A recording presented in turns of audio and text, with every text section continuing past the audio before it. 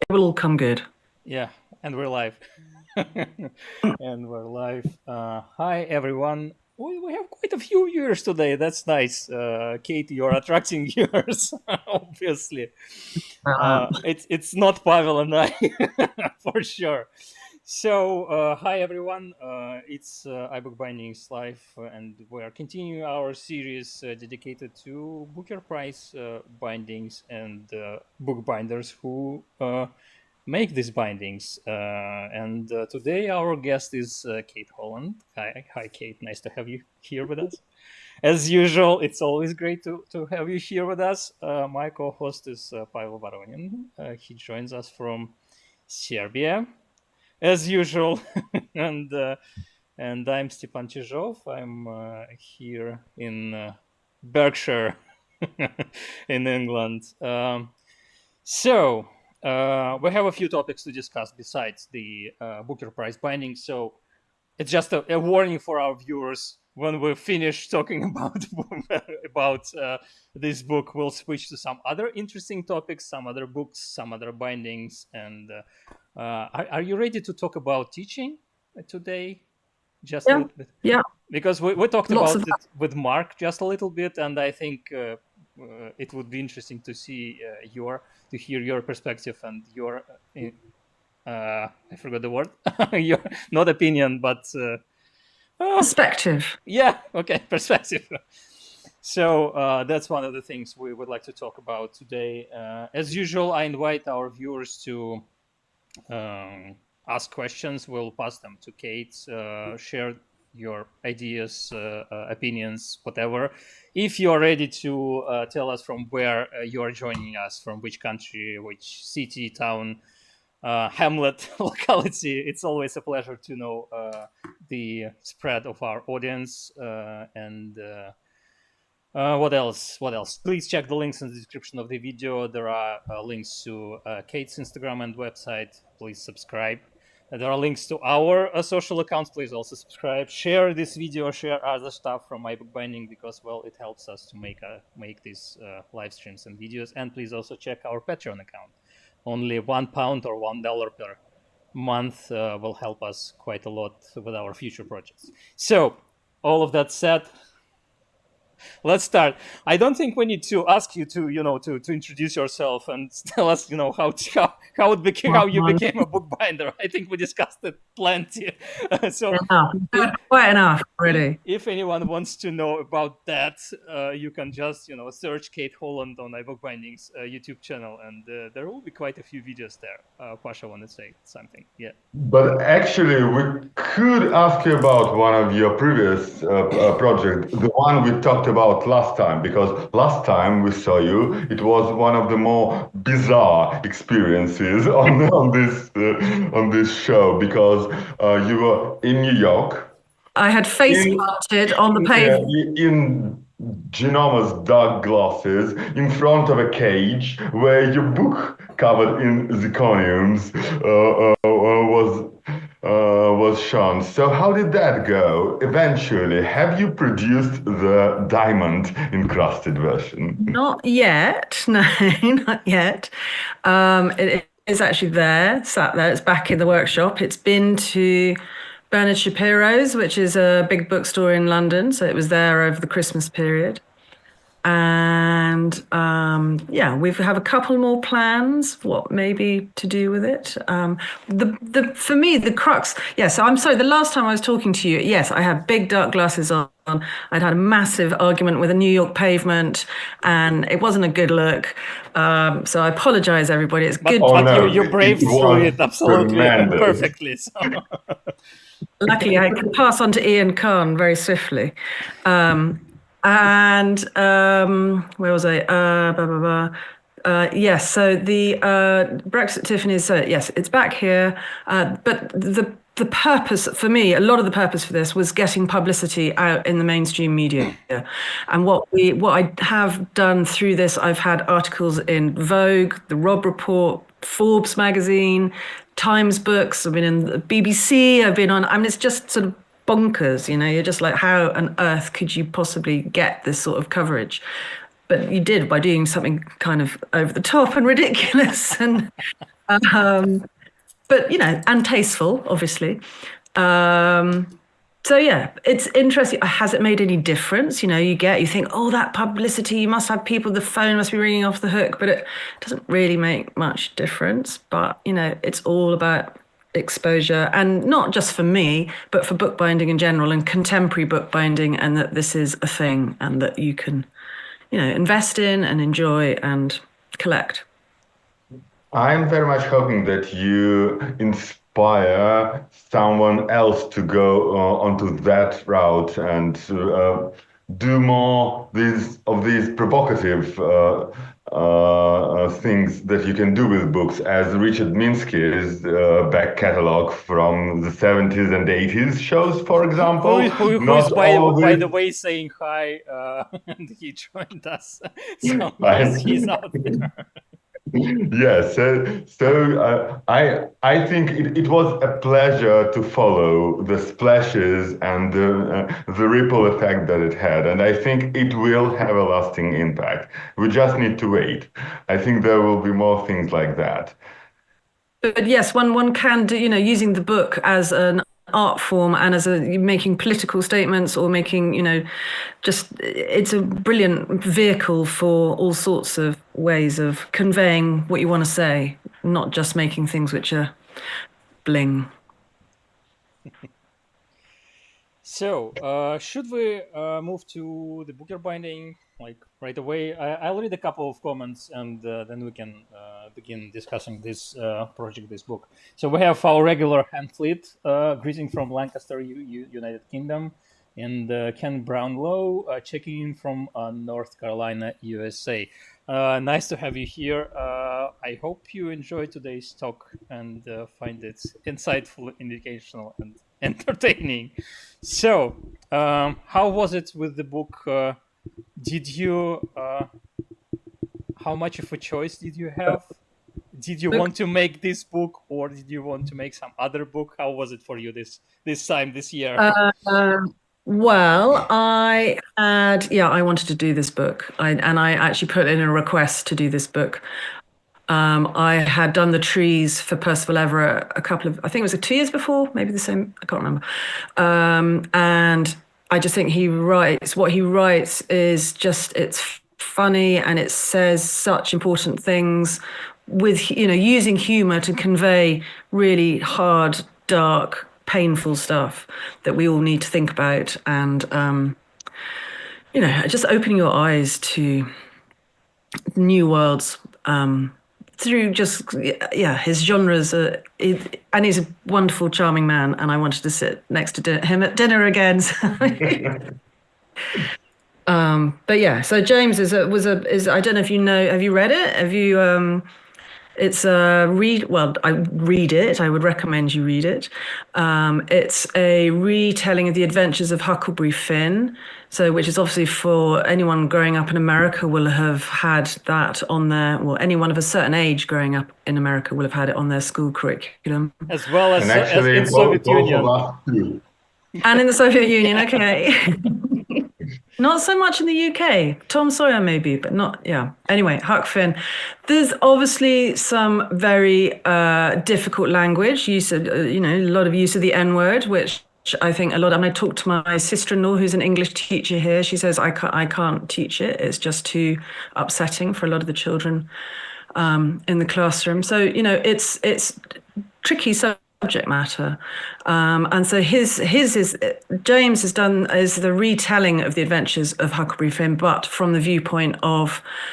So in Huckleberry Finn, he's called Jim, who's the slave, and in Percival Everett's book, he's James, and he is very much not the silent slave who with very much, and the white master. He's very much educated, very, very eloquent, very knowledgeable, very he can read and write, which he certainly can't in the Mark Twain book. But it's also, there's a very sort of visceral telling of what it's like to be a slave, and I think. That's what my main feeling that I came away with was just anger and sadness and just hatred for the people who have put, one set of people into a position lower than them. And so I wanted somehow to get that onto the cover of the book. But then you're like, I started going down the route of thinking about, scarring on skin or from whippings, and then it's all just gets so dark and disrespectful, you just felt like you couldn't be, people have suffered this and you can't be putting that on a book as a white middle class person living in the English countryside. I have no idea how people have lived through that. So the other thing that Everett does a lot of is his use of language. So and it's very much how the enslaved people very much speak the Queen's English, and they put on. I wouldn't know what word to how to describe it, but the sort of the stereotypical way that slaves have been portrayed as talking in the movies or whatever. That's very much in this book. It's very much a put on language that for the white people to feel superior. And it's an interesting power play that's going on. So for me, that felt like a really interesting place to start was the language, and so that's why So then I went through the whole book. See if I can find some good pages. Circling every word that meant something about the visceral experience. I might be able to find a good one now. The visceral experience Kate, of being. Kate, I will interrupt you because you have blurring of your background turned on, and it blurs everything besides your face. So if you can switch it off. If I hold it next to my face, you'll be able to see it, won't you? No. No. Okay. I can tell you that I went through the whole book, and all the words all the words that meant something about the experience of being a slave all are pretty grim and depressing and sad and angry making and painful. And I wrote all those down, and then I put, so the M papers, we should have put the pictures of the M papers first, shouldn't we? That would have been sensible. I wrote all those words down on the M papers. So they're written in pencil. And then the two words that I wrote over and over again underneath them in ink are hope and freedom, because that's what he is searching for, and he's escaped his owner, and that's what that's what they're all looking for. They're running away to find hope and freedom. It was also done during the American elections, so there was also an awful lot of interesting. I don't know what the word is to describe it, but it was, Shit show. Well, I wouldn't say that, but you said it. Sorry about it, but it is what it is. But divisive language and othering of whether it's gay people or black people or Hispanic people or whatever it is, if you're not part of that ruling class, anyway, let's not go too far down that rabbit hole. So that was the M paper. So it was the use of the language. Should I perhaps show the images? Yeah, put a picture up, because otherwise you don't want to just look at me talking about it, and then it'll make some sense. We've actually already seen this book next to the previous books we discussed, and everybody we asked of our guests, everybody said how tremendously beautiful yours looks. And it does. It's an almost living thing. I'm very impressed. And also, you mentioned the previous book that you bound of his. Didn't it have like a big tree and also a border of small detail on top and bottom? I can almost imagine them standing next to each other on his ever more precious bookshelf and working together really well. Yeah, so the trees was about lynching. So another, easy topic. And I took a map of America and I recorded every place on the map of America where a lynching had been recorded, and then join them up to make the branches of the trees. And from every point, there was then a drop of blood, which dropped down into the pool of blood. And so, yes, the images above and below are ropes, essentially. But the falling drops of blood looked like leaves falling off the trees. Yeah, I mean, it was, yeah, you can't, I don't know, yeah. You just can't think of the words to describe what it would be like to live in that sort of society if. Anyway, so yeah, this one, a lot of the book is set along the Mississippi River. So Percival Everett took Huckleberry Finn, which is them traveling along the Mississippi River and all the adventures they have along it. And originally, I wanted to use the Mississippi River, the delta with all its different tributaries, to look like scarring, and then these sort of incisions of red lines, and then that felt too much, so I pulled back from that. And the image that is reverse offset printed onto the cover is a photograph of a lake. So a lot of the events take place from them watching from the riverbank at what's going on the river, or through the foliage. And so I found this picture. Actually, you've got a picture. That's one of the pictures. So that's half the picture, but it's taken. It's a lake near me where there's a lot of people go fishing, and I found, which I haven't got the picture of. Yes, that's This it. one, yeah. Yeah. So sorry, I know we organised what order to put the pictures in, and now I've completely gone off piste and sorry. And then when I was there, I found I'm going to just look at my phone. I found these two boys fishing there. They were probably about 12-year-olds, and they were there, and it was dusk, and they were out, and they were cycling home. And they came. They're like, "What are you doing?" And I was like, "I'm taking pictures of the lake." And they'd been out. There they are. And you won't be able to see them either, will you? Because it's blurred, but you can see two little boys, and they'd been out. And nowadays in our society, kids aren't allowed out to live in nature and be dangerous and do stuff on their own, and they're all mollycoddled and kept inside, and they're only allowed to go on their phones and gaming, which is probably even more dangerous. But it was just really exciting to see two kids out there having fun fishing. They'd caught a huge carp. They showed me a photograph of this carp. It was enormous, but they really reminded me of Huck Finn and Tom Sawyer, and I was like, this is so, there's fates going on here. There's something, what's it? What do you call it? When it's aligned, things have aligned, and then I've got to use this image because Serendipity. Serendipity. Thank you. So I used this image, which I printed onto the leather, which I dyed. I shouldn't have blurred. Yes, there. So I printed it in sepia. And I've discovered that you don't have to do printing in black and white, that you can print in color.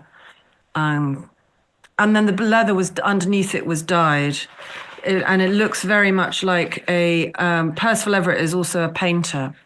And the leather looks very, very much like one of the paintings that he did, which really reminded me of this book for some reason. So that's the painting. Mm-hmm.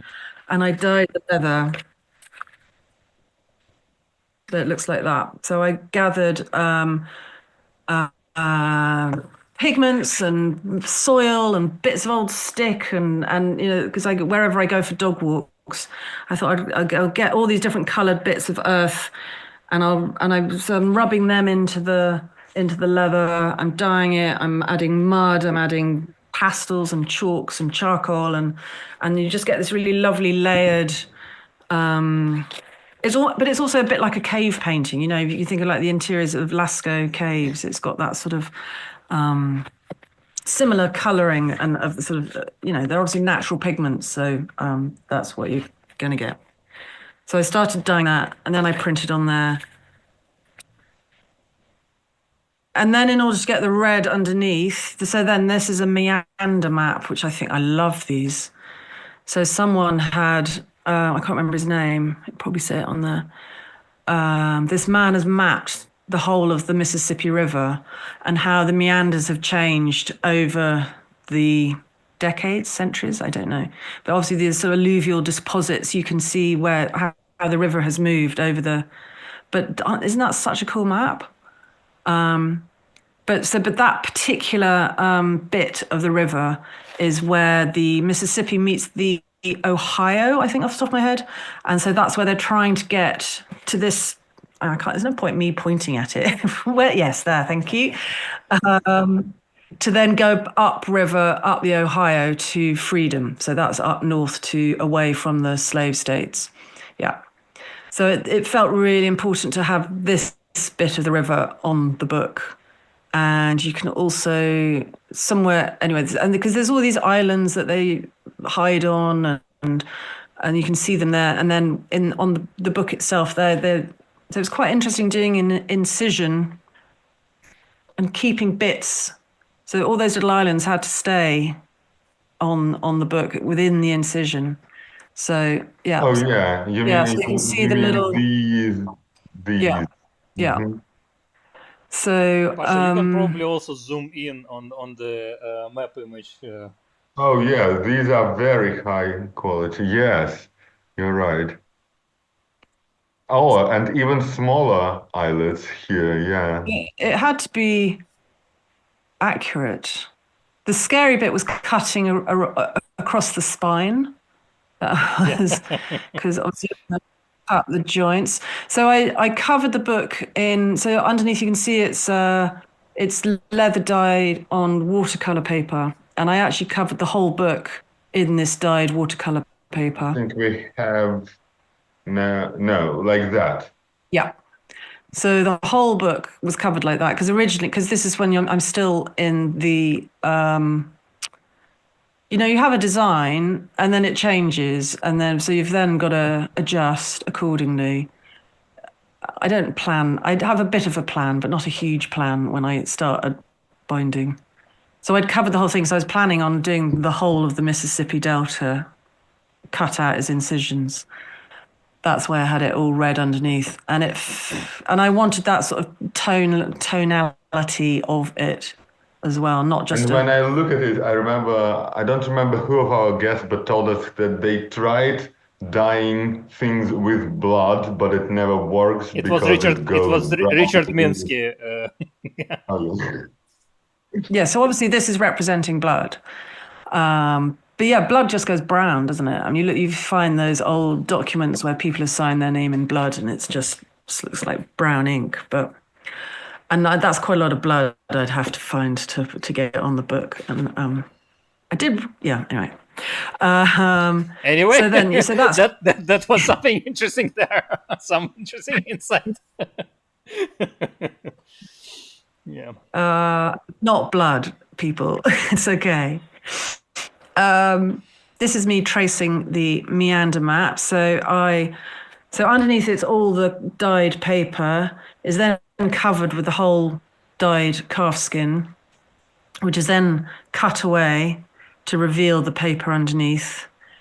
And then the walls of the incision are painted red as well, so that so you don't have a raw edge of the leather. You could maybe be able to see it. I think maybe. Tight. Yeah, like here on the spine, you can sort of see it. Yeah, an even brighter red. Yes. Yeah, you can see it just there. So then, did that, and then there's cutting it out along the spine. That's a scary moment. So how long did that take you? The cutting out? Not that long. I quite like. I've discovered incisions, and it's quite exciting. the next book I'm doing is going to have a full through the board incision onto the anyway. It was.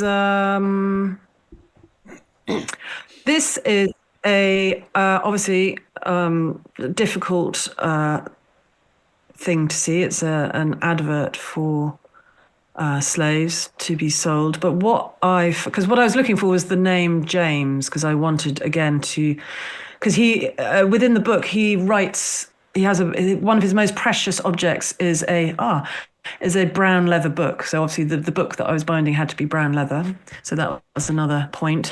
But he managed to steal a pencil, and one of his the slaves who stole the pencil for him was then whipped and hanged for stealing a pencil, so that James could write his story, and it would then be told, kept as a history of what it was like to live as a slave at that time, written by the black man, not by the white slave owner, but written by the black man himself. So it's really important to use, the written word and his name, the written word. So when I was looking at these adverts, you can see that the names of the slaves are written in one kind of typeface, this sort of italic typeface, and then the names of the owners, the white owners, are written in an upright typeface.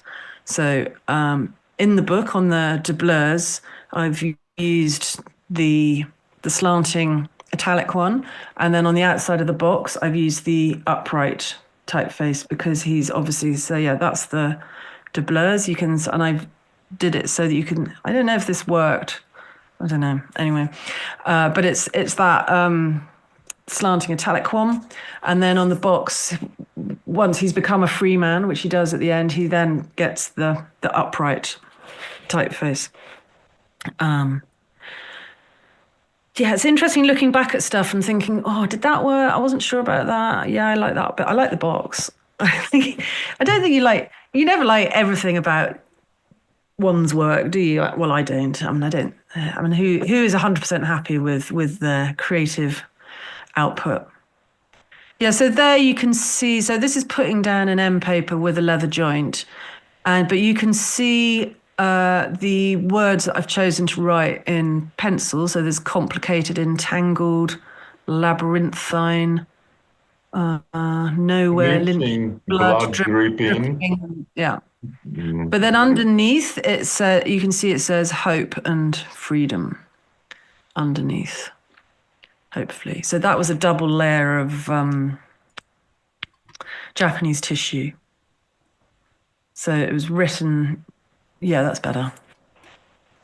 A sort of palimpsest effect. Yeah, what is palimpsest? I keep hearing that word at the moment. What is palimpsest? It's Juxtaposition. especially with the parchment, they used to scrape out the old text and reuse it for the older ones, for the newer ones. And this is how we have oldest copies of basically everything.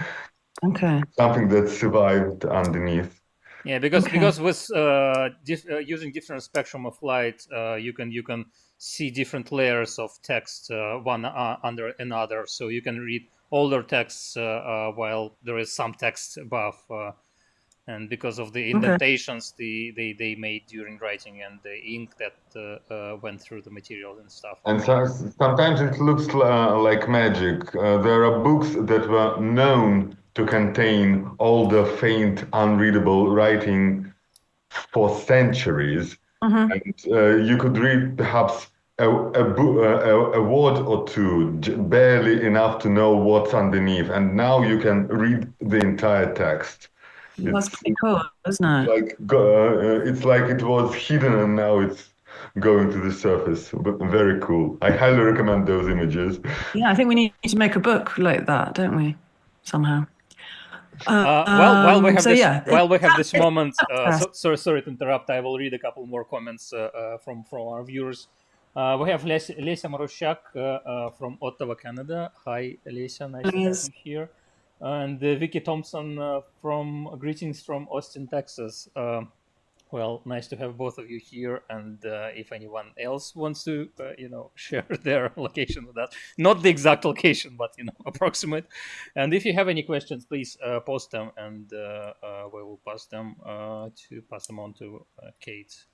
Sorry for that interruption. No, no. And what? And on the back we see a different set of words.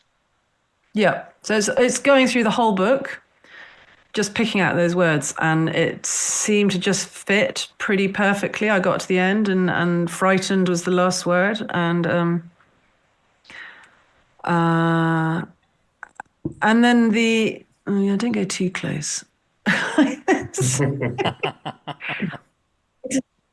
It's like, when you put one of those magnifying mirrors on when you're putting your makeup on, or I don't know, Oh, but it is don't too do close, too much. But My face doesn't yeah. need that much attention. I know that perfectly well. Yes, scrutinizing I'm just looking at so those letters are again, they're paper inlaid, and that was really hard. So you cut out the shape, and then you use the shape to cut out the paper, and getting them to fit perfectly was hard because they're not like your insetting leather, which has got some malleability. The paper is pretty rock solid. It And was watercolor paper, quite heavy. you mentioned how the last word was frightened, so there's not much of a happy end to the book, I assume. No, they find freedom in the end. Oh, good, Yeah, good, good. but yeah, I mean, it's definitely not perfect freedom, but there's an awful lot of bad shit that happens on the way. It's not. My niece was reading both Tom Sawyer and Huck Finn, and I sort of was answering her questions along the way, and I felt a bit like watching this film, I don't know, not long ago about the life of prison guard and his family during the Second World War, like when nothing of the concentration camp was shown, Yeah. safe for the smoke now and then, and there's just normal life. And when I was thinking about how enthusiastic I was when I read it as a child, wow, freedom of two boys in the south of USA. Mm-hmm. Oh, freedom, like, and all around them is this hell. It's even the original book became very difficult to read, even in Russia, where N-word has never had any connotations. Mm-hmm. It only means a black person and nothing else. Even here now, it's getting more and more difficult to read those sentimentalized stories of the freedom in the South. Yes, and it's definitely written from a viewpoint, and yeah, it's just an adventure story. But it's yeah, obviously it's not. It's but even Twain, he was, I think he was an abolitionist, wasn't he? And he was ostensibly a friend of the slaves, but still, he's writing from a very, superior white plantation owning family.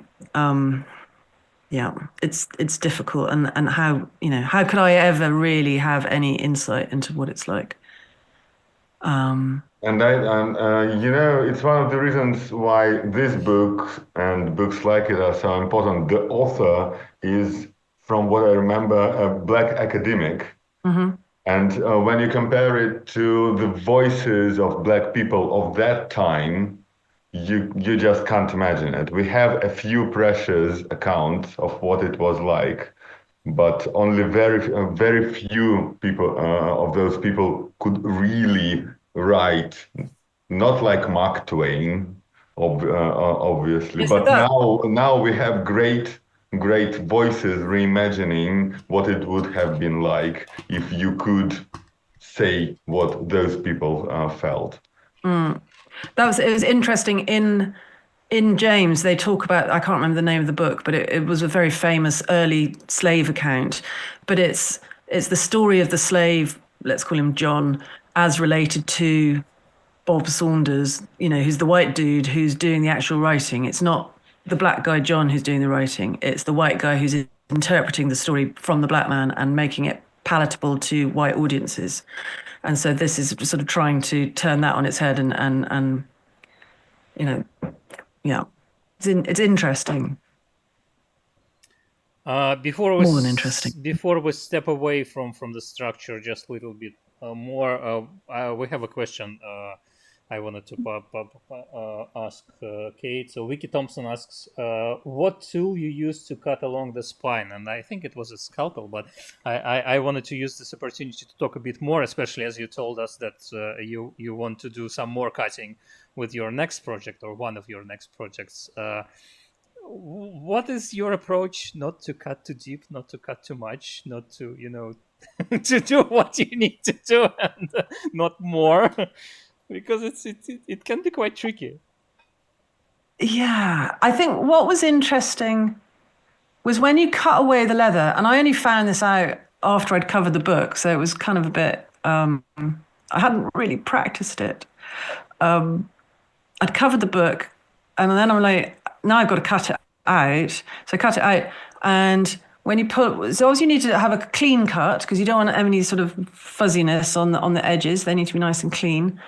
If you cut down too far, I know that I've got that layer of red paper, so I need to stop at that point. But when you cut down and you peeled back the leather, it left just a little fuzz of the flesh side of the leather. That was another thing I wanted to ask, because you I suppose you used paste to put the leather on the binding, and then so this layer is pasted on the red paper. So how did it work? What was really fortuitous, what was really, really happy, serendipitous moment at this point was when you could then peel out that incision and it would take away the flesh side and the very top layer of the paper. But because the ink had gone down into the fibers of the paper enough, there was enough color there. It's not like you've got just a layer on top and it's white underneath. So thank God, otherwise I'd been screwed. So yeah, it was a bit scary. But so you didn't have a backup plan? No, I very rarely have backup plans. I should have backup plans. I think I tried a little tiny bit to start off with, and then my plan was I could paint it in. You could paint, but then it would have been a complete waste of time having dyed all that paper, cover the book with the paper, and then cut it out, and then think, oh no, this doesn't work. I've now got to paint it in. But luckily it worked. And you were, oh, that's why I painted it this deep. Yeah. Reverse engineering. So I hope we answered the question. Yeah, so it was a scalpel, and precise work, and a bit of ink magic, and no breathing, I think, and hold your breath, practice. That's what it. The other thing is what is this inspiration box? It looks like an offline Pinterest, basically. Sorry, the box looks like what? This all looks like offline Pinterest. Okay. Yeah, the only other thing is the tooling. So you can see the foils that I use there. There's that sort of brown, maroon, orange, gold section. So there's not really anything to do. I was making this book in the autumn and the leaves were falling down and I thought they're really cool. And so I wanted to put some leaves on the book, and it doesn't really got anything to do with the book, but I just really liked it. And I just used lots of tools some of them I made, some of them just old. One of them's like an old screw that I'd stuck in it's quite random. It's not perfect gold tooling, but it gives, for me, I like the effect that it gives. I don't mind that it's not perfect. And it was also done in a tearing hurry. And what exactly do you mean when you say that it's not perfect? Because it's a pretty tight close-up and I still can't see what you mean. Well, what did you look at? I can see areas where there's a little bit. I mean, it's foil tooling, and it's been done very randomly. That's not been done. There's no plan to it or tooling pattern or anything like that. So, that gives me some freedom that I can't do it wrong because there's nothing to follow and get wrong. But I can see certainly on the spine, there's a few bits where the foil is sort of going up the walls a little bit. In an ideal world, and some like there's a cream one there where it hasn't fully taken, and there's one on the. So yeah, I can see issues with it, but as a with artists, they're not doing perfect. If you look at a Van Gogh painting, it's not a perfect representation of the exact cherry blossom that he. It's a feeling, isn't it? It's a sort of an atmosphere, or he's just. I love bookbinding, but sometimes the precision. I'm not a precise person, and the next book I'm doing is going to be precise gold tooling, so I need to prove that I can do it. But this one I also didn't have time to. I'm being a bit too honest here, I think. Well, that's what our live stream is for, to share the honest truth about bookbinding, because Well, and then also, we all get very uptight and scared of gold tooling, and that it's this really scary sort of reverential thing that you can't do unless you've practiced it for years and years and years. And I think I don't know, I'm just do it and see what happens and give it a go and practice. I went and took someone to Bainton's the other day to go and see Tony, who's their gold finisher in action. And he was just like bam, bam, bam, bam, bam, bam, bam. It was just so, obviously he's been doing it for years and years and years. He's now, I think he's 70 something, and he started there when he was 15 or 16. So, you should do an iBookBinding podcast from Bainton's Bindery. It's pretty amazing. Well, if you can help us to meet each other, that would be great. Yeah. But I suppose what he gave me was that feeling of just chill a bit about gold tooling.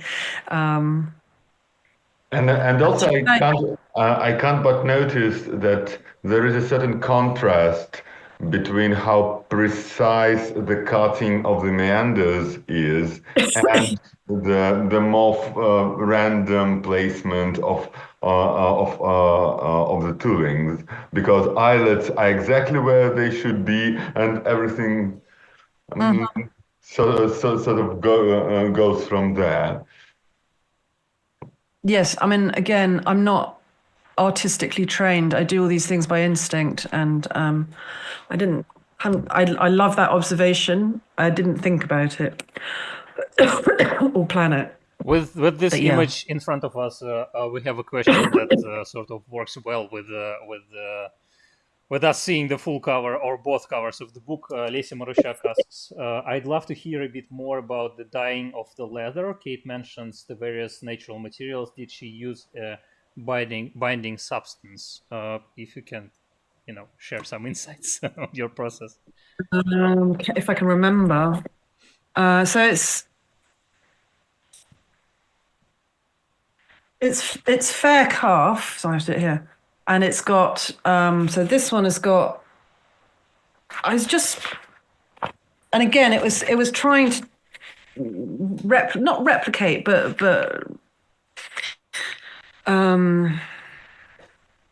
refer to the painting by Percival Everett. And it was some leather dyes. So they would have been water-based, probably Hewitt's water-based leather dye, I would have said, possibly some Celadon, but very watered down, because I didn't want to have it a solid colour. And then there's, I don't know, I just did it. I didn't plan it. I just got some leather and I dyed it. I'm sorry, I can't. There was, this is black charcoal. This is there's some pink pastel. There was some yellow, and then So with the pastel, I was worried that it would come off, but with the oil pastels, rather, sorry. So they leave a sort of but it just worked, brilliant. It just worked. It was just really exciting, and it was really freeing and flowing, and it almost felt like you could be an artist slapping paint on a canvas rather than being really, precise. And it was really exciting, and yeah, normally dyeing is, oh, I've got to get exactly the right color to match this and that, and this was just like, just slap it on and see what happens. I remember Anja Kuna, a bookbinder from Hawaii. She uses basically everything she finds or is donated by her friends to dye both leathers and other natural materials like banana leaves that she uses in her bindings. So, are you saying you can basically use anything that you can find? Like, It seemed, I mean, I used some fixative on it, so I was worried about the fastness of it.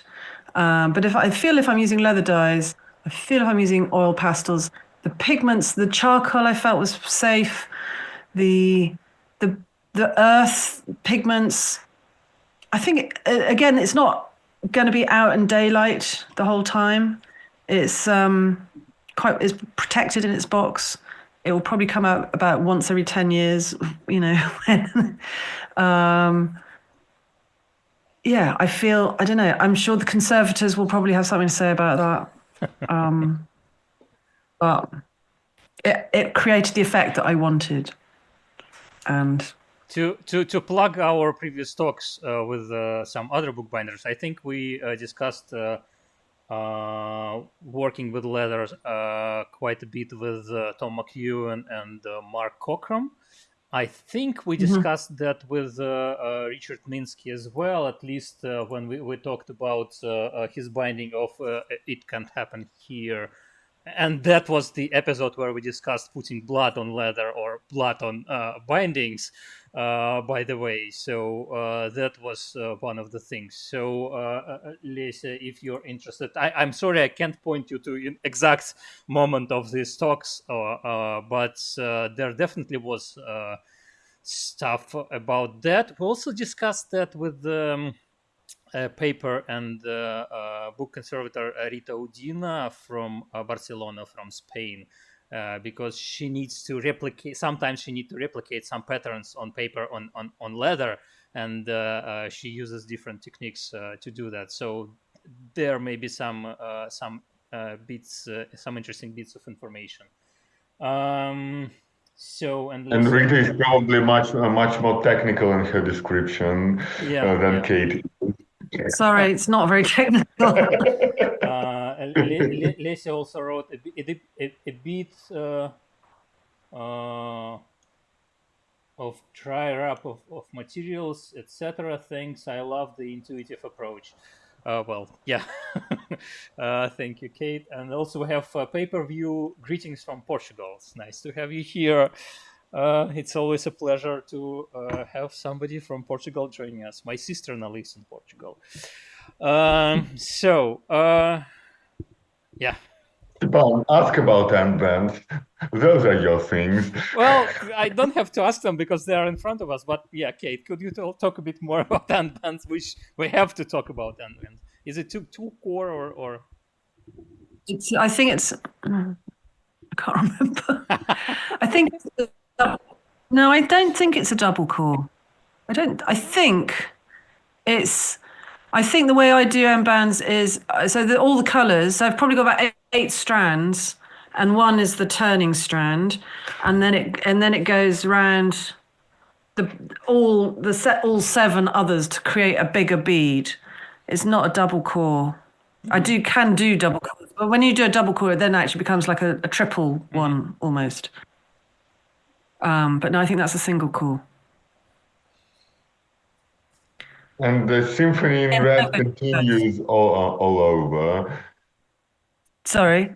There's so much red, so many different reds. The more I look, you really enjoyed selecting the exact hues, it seems like.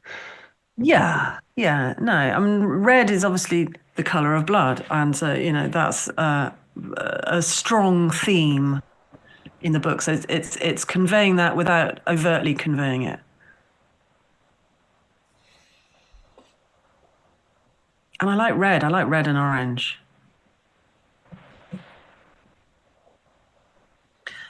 How much time did you have to finish the book? How did it go for you this year?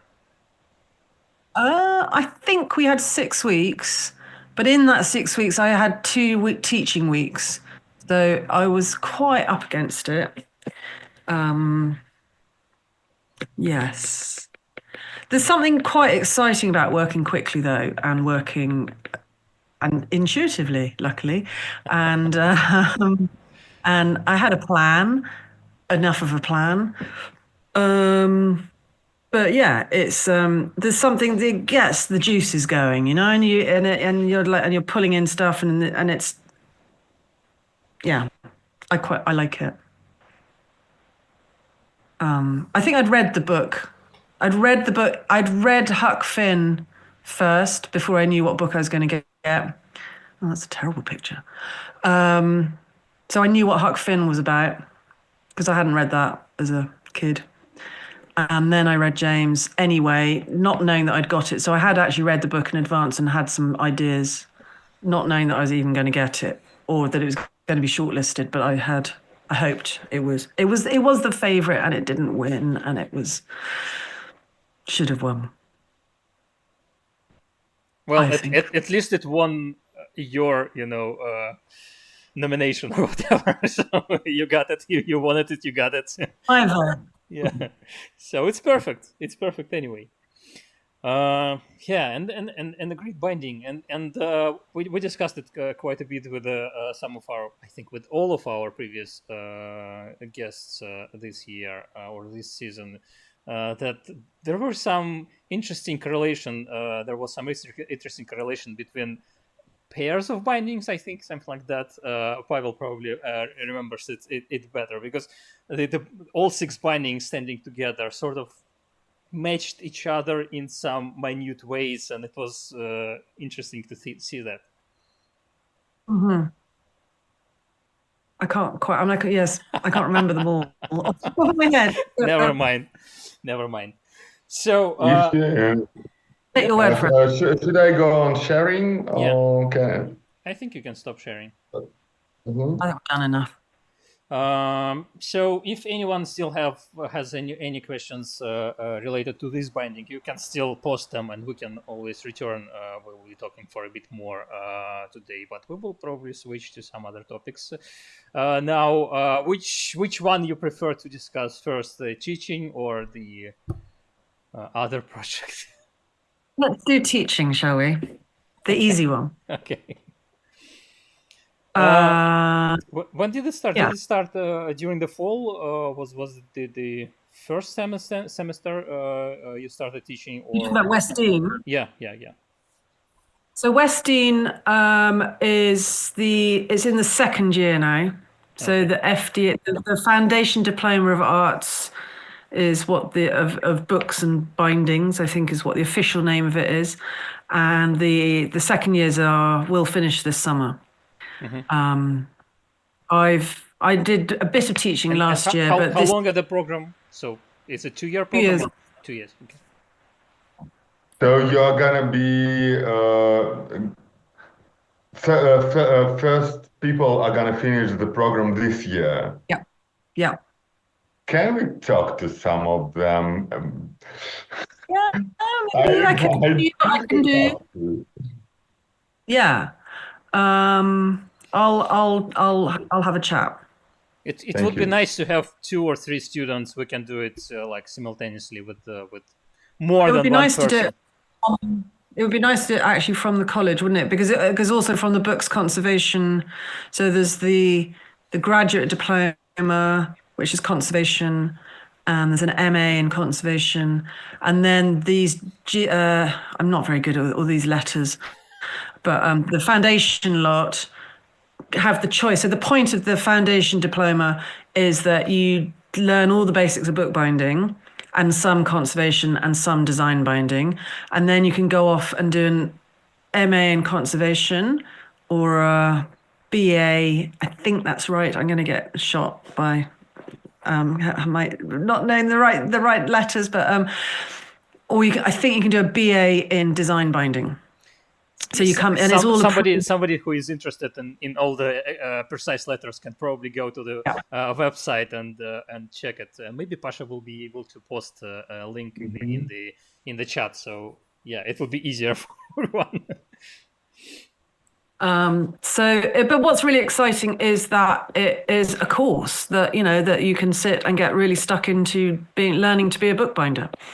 And Westdean is an amazing college, and we've got some amazing tutors. We've got Mark and Nikki and me, and then there's Victoria Stevens, who was at I can't remember, somewhere. Anyway, she's brilliant, and there's just some really, and we've got like Julian Thomas is going to come and do edge gilding. We've got Martin Frost coming in to do four-edge painting. We've got, there's some really good people coming in to visiting talks, and some real experts in their field. And I think the longer it goes on, the better the reputation is. Then we'll be able to pull in really good people, and it's still early days. We're still working out how it works, but it's good. Are there any things in this teaching process you enjoy more compared to teaching at your own workshop? Well, I also teach at Bath Spa University, so I now have a bookbinding department. Quite a lot, yeah. Yes. And so, because that's all art school kids who don't necessarily know that they want to do bookbinding, but they're discovering bookbinding as a vehicle for their creativity. And so I've got a lot of photographers or fine art, and there's very basic bookbinding, but it's really exciting getting people who have never made a book.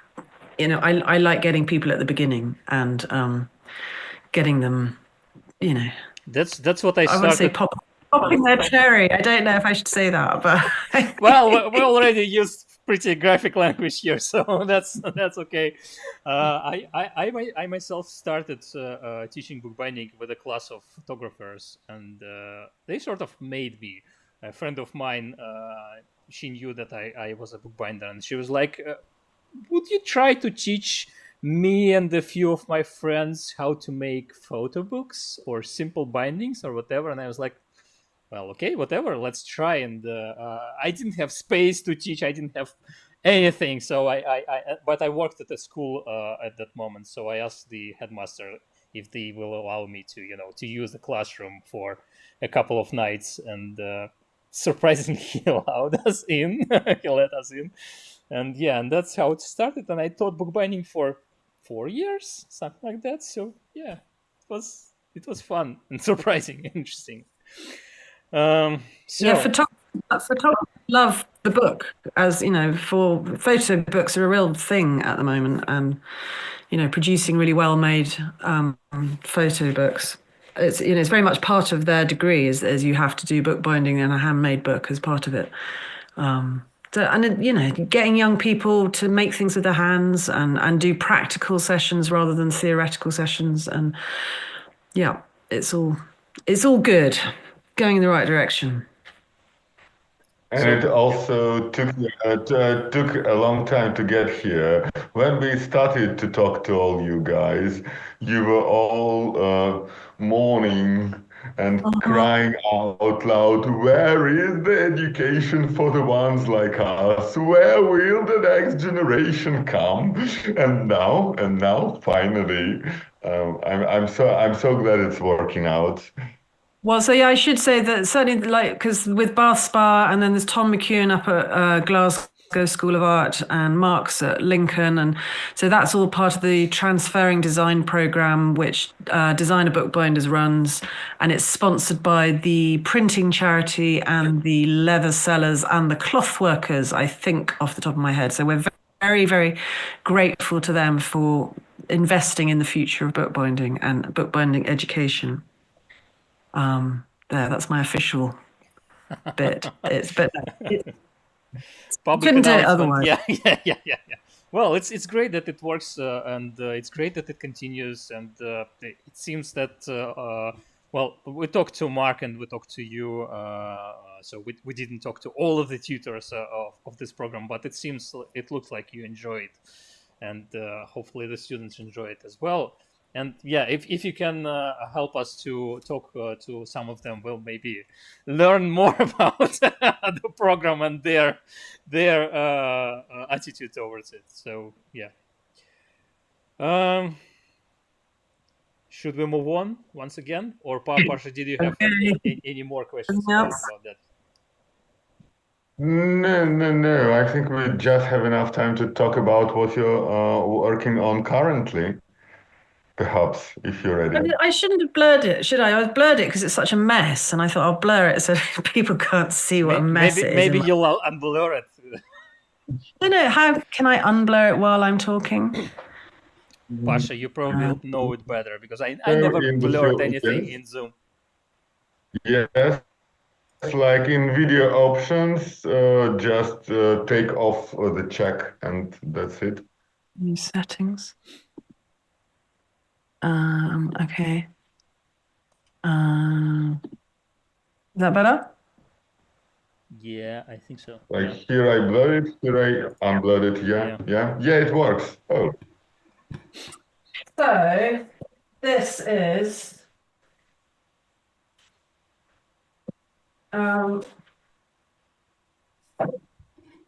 These are some big ones. This is American Gods by Neil Gaiman for Suntop editions. And so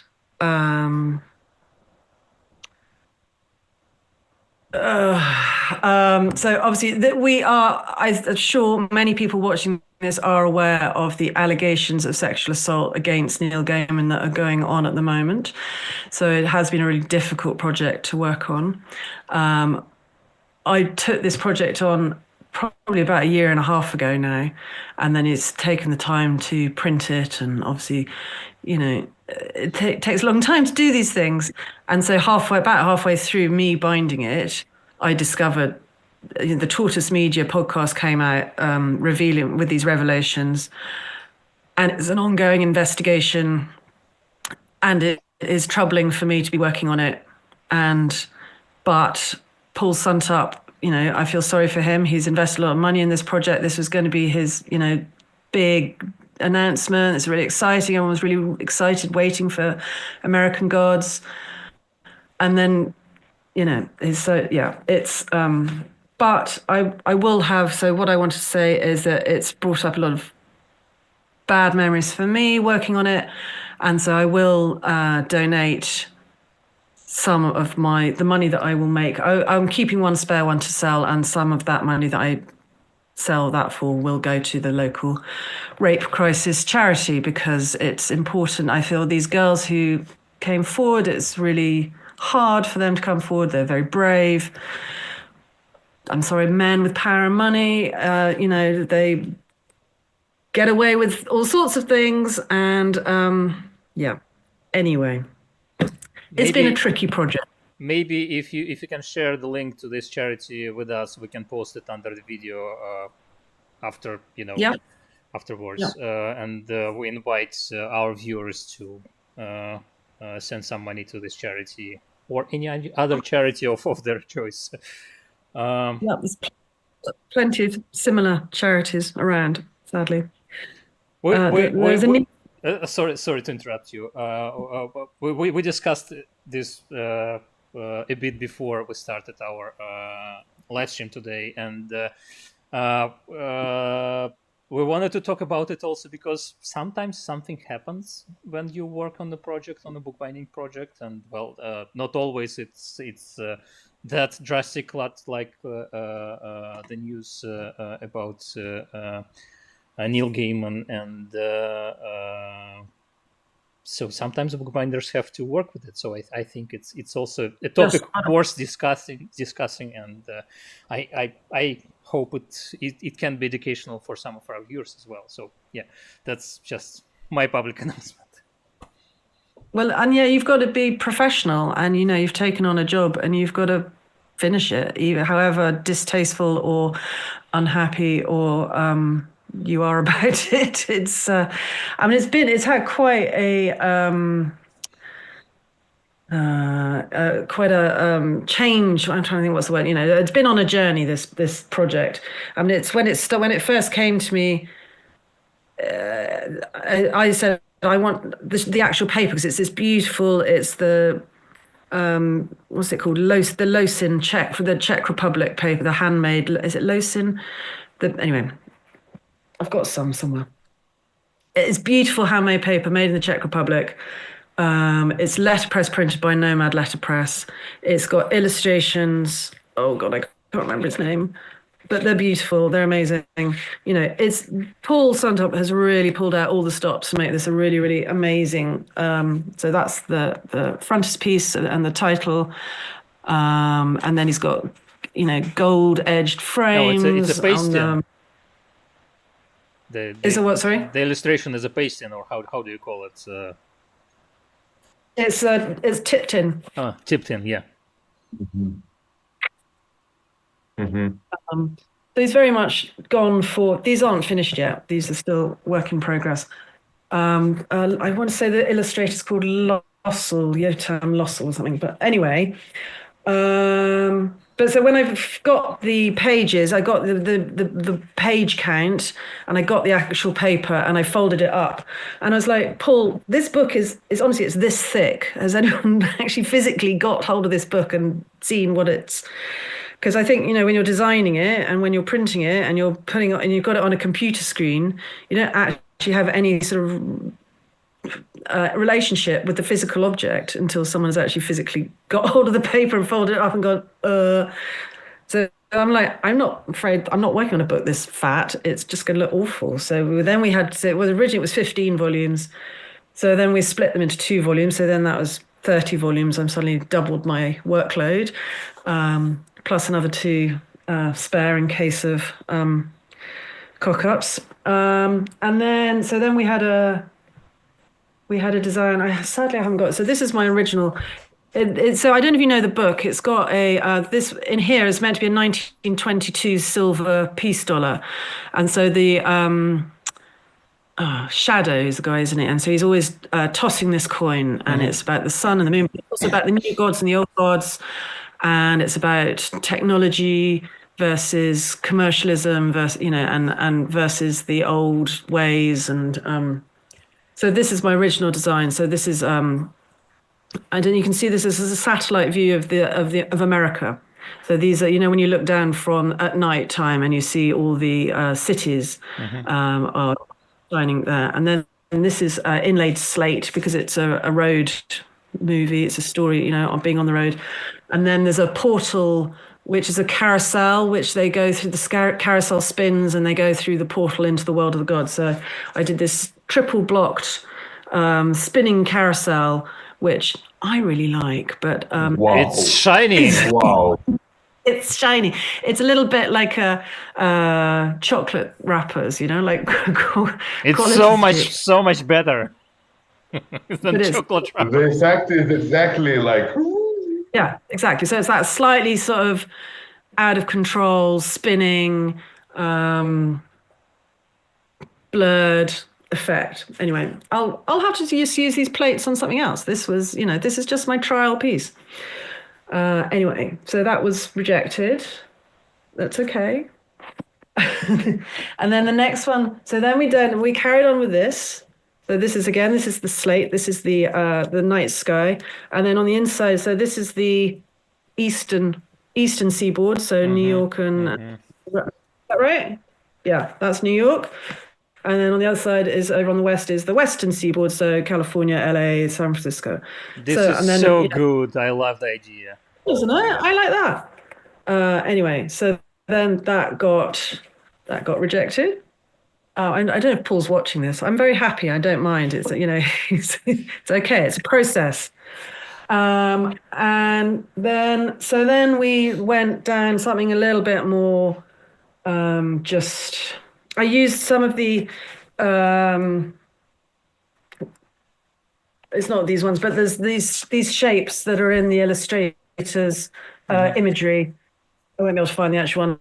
So then we've done that on the cover. So this is the leather has been laser cut, and then it's laid over again the leather dyed watercolor paper underneath, and then the end papers are they're dyed as well, and then the top edge is to match.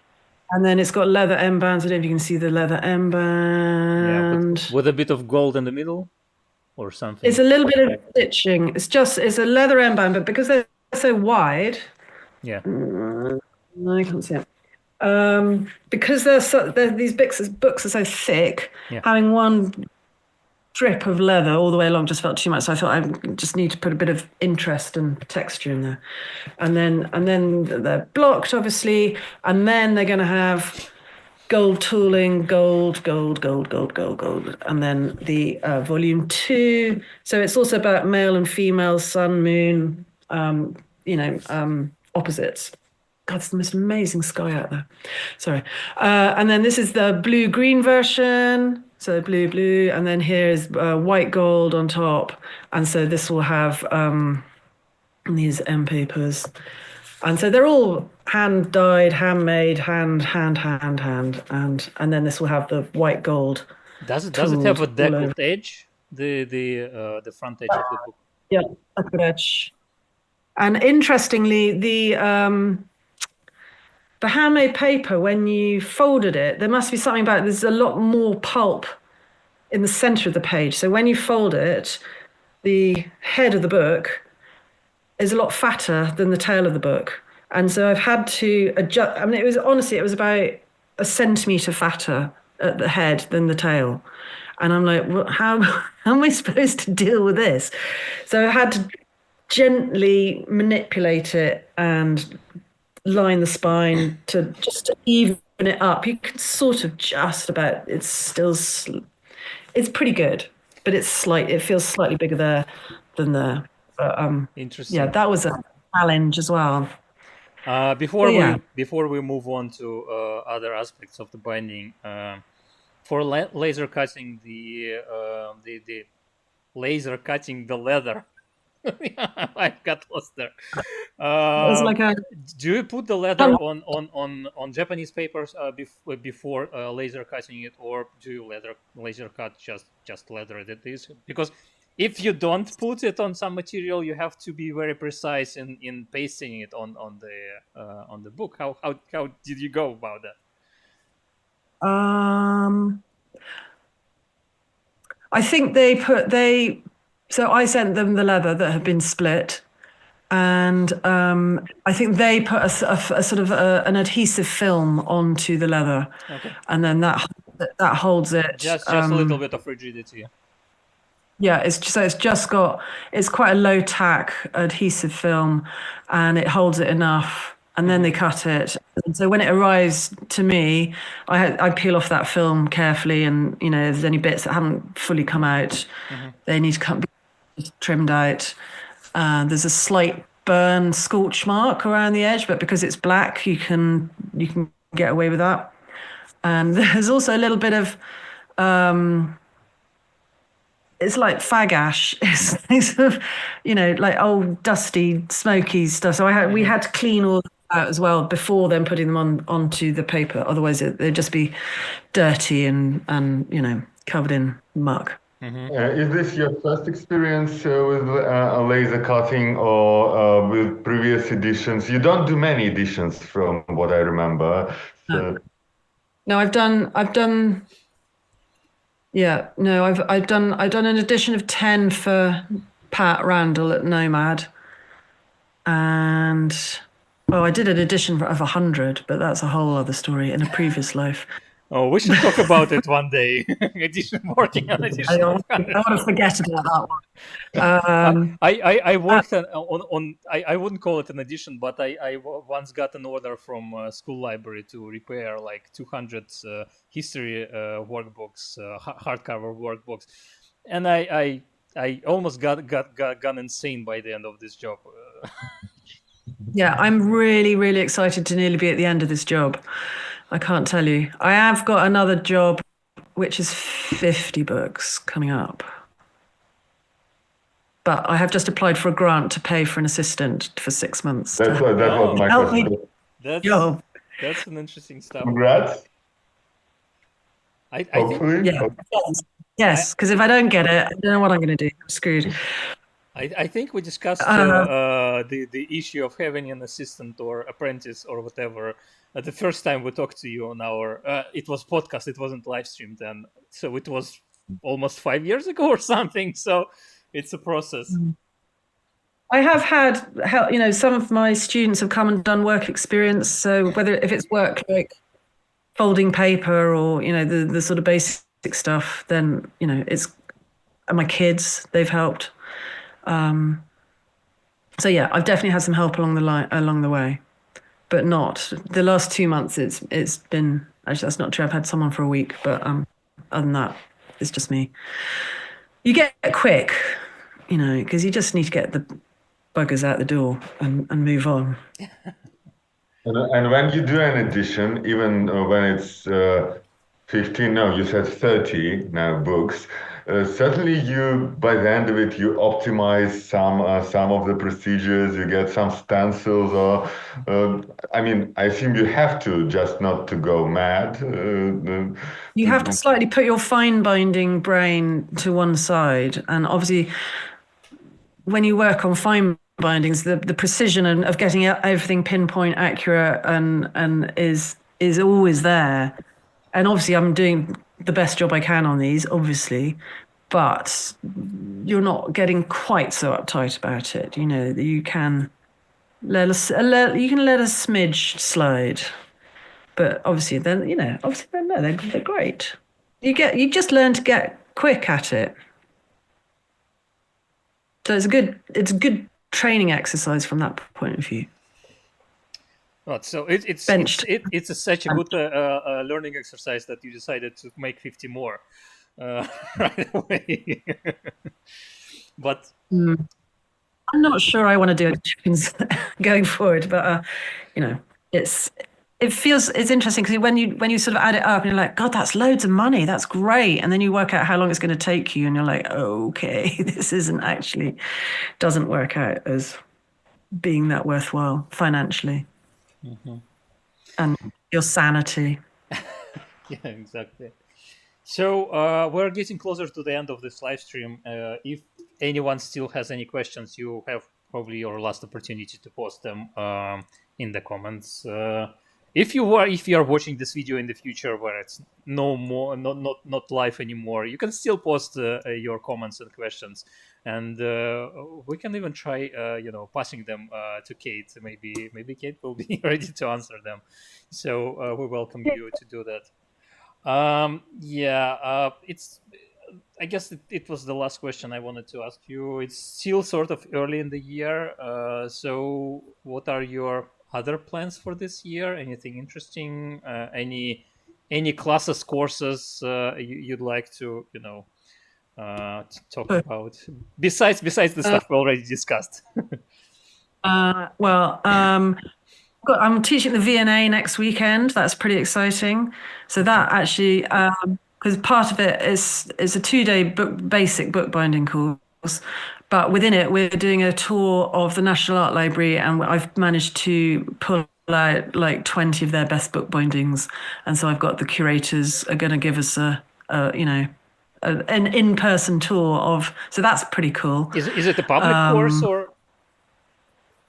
It is a public course, but it's sold out. But I need to.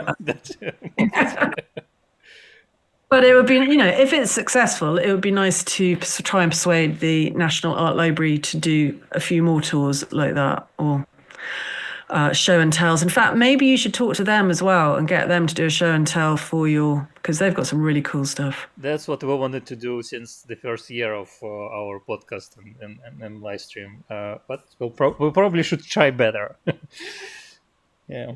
Oh, well, well, I can't say that I can have any influence, but I'll mention it.